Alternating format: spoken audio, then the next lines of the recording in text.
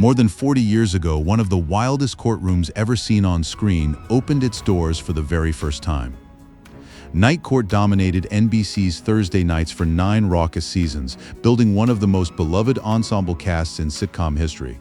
But behind those laughs, the real story is far darker. Multiple cast members never survived to see the new millennium. Others vanished from Hollywood without a word.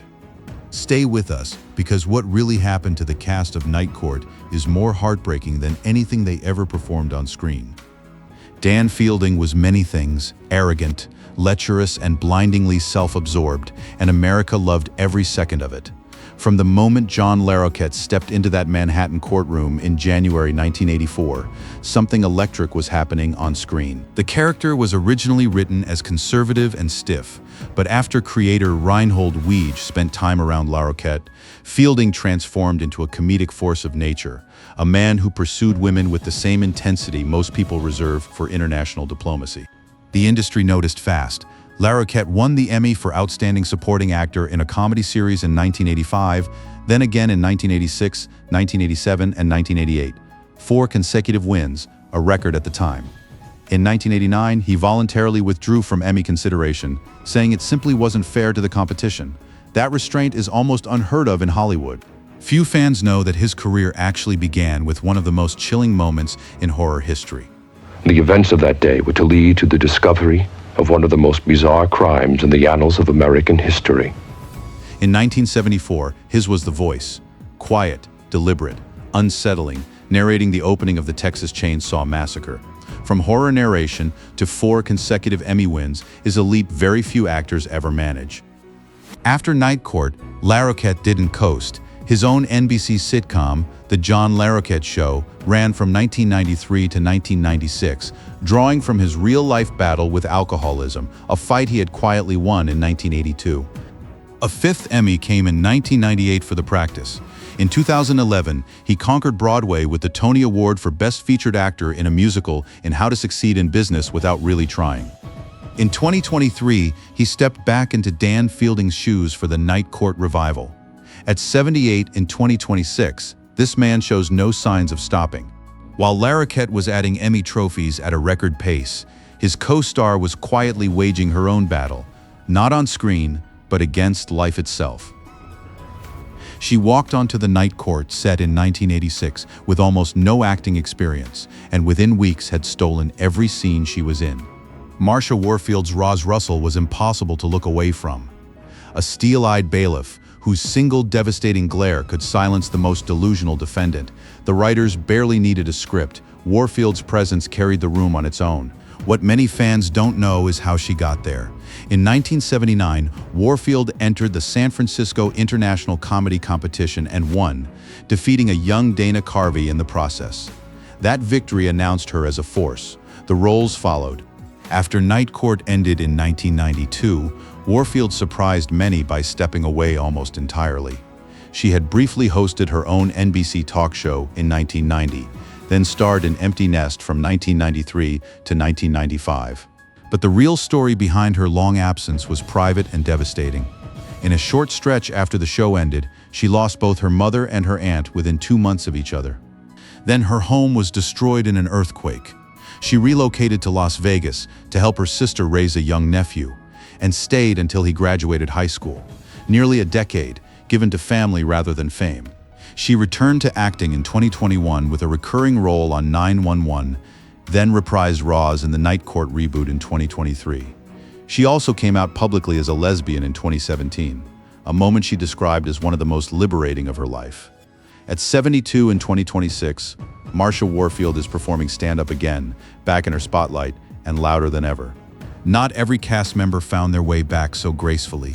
For one actress, leaving Night Court meant leaving Hollywood behind almost entirely, and she didn't leave by choice. Before she ever set foot in a Hollywood courtroom, Ellen Foley had already left her voice on one of the most iconic rock albums of the 1970s. She was the woman behind the mic in Paradise by the Dashboard Light, the breathless duet with Meatloaf from the 1977 album Bat Out of Hell. 14 times platinum, tens of millions of copies sold. And when the music video aired, it wasn't even her face on screen. Carla DeVito lip-synced while Foley's powerhouse voice played underneath. That invisibility, it turns out, was a recurring theme. In 1984, she joined Night Court as Season 2 public defender Billy Young. Feisty, warm-hearted, a potential love interest for Judge Harry Stone. For 19 episodes, she held her own alongside formidable comic talent. Then, as Season 3 approached, she was let go. Creator Reinhold Weege had always wanted Markie Post, and Post had finally become available. Foley learned the hard way. "I was fired, man," she later said. She didn't disappear entirely. She had appeared in Milos Forman's Hair in 1979, starred in Fatal Attraction in 1987, and most remarkably, originated the role of the witch in Stephen Sondheim's Into the Woods at the Old Globe Theater in San Diego in 1986. A theatrical milestone most people still don't associate with her name. In 1990, she married writer Doug Bernstein and built a family life in New York with their 2 sons. At 74 in 2026, Ellen Foley continues releasing music and performing theater. The woman behind one of rock's most iconic voices has never really left the stage. Mac Robinson was the unsung backbone of Night Court. From Season 2 onward, Charlie Robinson anchored the courthouse as the level-headed Vietnam veteran court clerk who somehow kept everything running, even when the judge was performing card tricks and the bailiff was towering over defendants at 6'8". Mac was calm, capable, and deeply decent. Robinson played him with a naturalism that made the character feel like the most real person in the room. A member of the Actors Studio, Robinson had been performing since the 1960s, first as a singer with the R&B group Archie Bell and the Drells, then in theater, then on film. He landed on Night Court in 1984, after the short-lived NBC comedy Buffalo Bill was canceled. He stayed through all 9 seasons and even directed 3 episodes of the series. He won an NAACP Image Award for Outstanding Actor in a comedy series for his work on the show. After Night Court, Robinson worked steadily across decades. In early 2021, Charlie Robinson was admitted to Ronald Reagan UCLA Medical Center. On July 11, 2021, he passed away at the age of 75 from cardiac arrest following septic shock and metastatic adenocarcinoma. He was survived by his wife Dolorita and 4 sons. 27 days later, the Night Court family received the call again. She was the show's moral center and its warmest presence. From the moment Markie Post stepped into Night Court as public defender Christine Sullivan, she brought something the show hadn't quite had before. A sincerity so genuine, it practically radiated from the screen.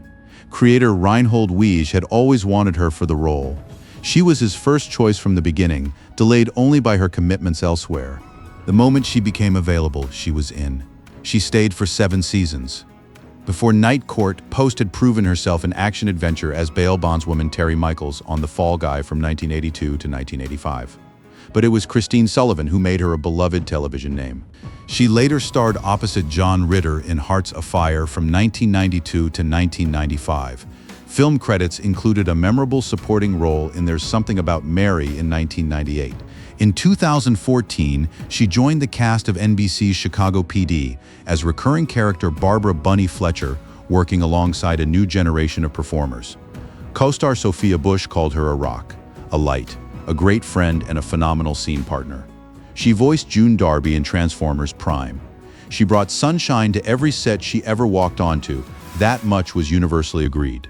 In early 2018, Post was diagnosed with cancer. She fought for 3 years and 10 months. On August 7, 2021, she passed away at her Los Angeles home. She was 70 years old. She died just 27 days after Charlie Robinson. 2 beloved Night Court veterans gone within a single month. The grief across that cast was immeasurable. The losses kept coming. 2 years later, the gentle giant was gone too. At 6 feet 8 inches tall, with a shaved head and a voice like gravel wrapped in thunder, Richard Moll was not a man you forgot easily. As bailiff Aristotle Nostradamus Bull Shannon, he built one of television's most paradoxical characters, physically imposing, emotionally guileless, and somehow the sweetest soul in the entire courthouse. Bull's catchphrase, "OK," was delivered with such childlike sincerity that audiences fell in love with him immediately. Moll had shaved his head in 1983 for a science fiction B-movie called Metal Storm, The Destruction of Jared Sin. The Night Court producers saw his audition, bald, towering, disarmingly gentle, and told him the look was perfect. He kept it for the entire run of the show. He appeared in all but one of the series' 193 episodes. After Night Court ended, Moll's unmistakable voice found a vibrant second life in animation. He voiced the iconic Harvey Dent, Two-Face, in Batman the Animated Series. He also voiced Scorpion in Spider-Man the Animated Series and appeared in the Flintstones' Jingle All the Way and Scary Movie 2. In his later years, Moll became a passionate birdwatcher and nature lover, retiring peacefully to Big Bear Lake in California. He was not part of the 2023 Night Court reboot, a decision that disappointed fans who had hoped to see the full gang reunited. On October 26, 2023, Richard Moll passed away at the age of 80. He was survived by his two children, Chloe and Mason. But no loss from this cast cuts quite as deep as losing the man who had been at the very center of it all. He was a street magician who became a television star entirely by accident. Harry Anderson had never intended to be an actor. He was running shell games on the streets of San Francisco and performing sleight of hand at the Magic Castle in Los Angeles when everything changed. A Saturday Night Live appearance caught the attention of Cheers producers, who cast him as con man Harry Gittes. Night Court came calling next, and history was made. From the very first episode in January 1984, Anderson's Judge Harry T. Stone was impossible to define and impossible not to love. A young, magic-obsessed jurist in 1940s-style vintage clothing who genuinely believed in the goodness of every person standing before him. The character was named Harry, so Anderson would remember to respond when people called it out on set. Anderson himself admitted he could barely act when they hired him. They hired him anyway, and it was the right call. He earned 3 consecutive Emmy nominations for the role between 1985 and 1987. After Night Court ended in 1992, he starred in the CBS sitcom Dave's World from 1993 to 1997. He opened a beloved nightclub in New Orleans' French Quarter in 2005 called Oswald's Speakeasy. Hurricane Katrina forced him and his wife to relocate to Asheville, North Carolina in 2006, where he performed one-man shows until his final years. In January 2018, a severe bout of influenza triggered several serious strokes. On April 16, 2018, Harry Anderson was found deceased at his Asheville home. He was 65 years old. He had made millions laugh. He had left the world too soon. Even that loss cannot prepare you for the story that follows, because Night Court lost not one, but 2 cast members during its original run, back to back, in the same chair, in the same devastating way.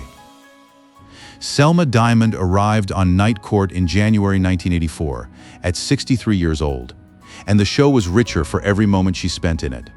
As bailiff Selma Hacker, she was a chain-smoking, deadpan force of nature who suffered no fools and saw through every pretense. The creators admitted openly, the character was essentially Selma Diamond playing herself. She barely needed to be written. She simply walked in and inhabited it. Diamond had spent decades as one of television's most accomplished behind-the-scenes writers, crafting material for Caesar's Hour, which earned her an Emmy nomination as a writer in 1954, and contributing to shows hosted by Jack Paar and Milton Berle. Acting came later in life, and audiences were almost embarrassingly glad it did.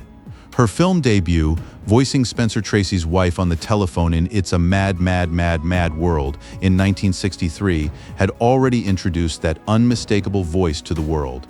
Night Court earned Diamond an Emmy nomination for Outstanding Supporting Actress in a comedy series in 1985. It was recognition long overdue. She never lived to fully receive it. Like the character she played, Selma Diamond was a chain smoker. The cancer moved quickly. On May 13, 1985, after filming only 2 seasons of Night Court, Selma Diamond passed away from lung cancer. She was 64 years old. The episode that aired after her death was dedicated to her memory. The chair beside Bull Shannon stood empty. They filled that chair. And then history repeated itself in one of the most haunting coincidences in television history. When Night Court needed to replace Selma Diamond, they turned to a veteran character actress who seemed almost fated for the role. Florence Hallop had been performing since the age of 4, a Depression-era radio child star whose career had spanned every decade of American entertainment. Her raspy voice, razor-sharp delivery, and unflappable feisty presence made her the natural heir to what Selma Diamond had built. As Florence Kleiner in Season 3, She slid into that bailiff's chair and owned it within days. Her career before Night Court had been extraordinary. She played 6 different characters across multiple seasons of Barney Miller. She created the unforgettable cantankerous patient Mrs. Hufnagel on St. Elsewhere, a role originally written for a single episode that audiences loved so completely the writers found ways to bring her back for 16 more. Florence Hallop was the kind of actress who walked into any room and changed the temperature of it instantly. In season 3 of Night Court, she did exactly that. And then cancer came for her too. Like Selma Diamond before her, Hallop was a heavy smoker. Like her predecessor, she developed lung cancer while still on the show. The parallel was almost incomprehensible. 2 consecutive women, the same role, the same chair, the same disease, in back-to-back seasons. On July 15, 1986, Florence Hallop passed away at Cedars-Sinai Medical Center from complications of advanced cancer.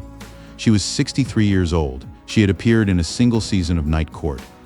Night Court gave television 9 seasons of genuine laughter, real heart, and an ensemble that became a true family, on screen and off.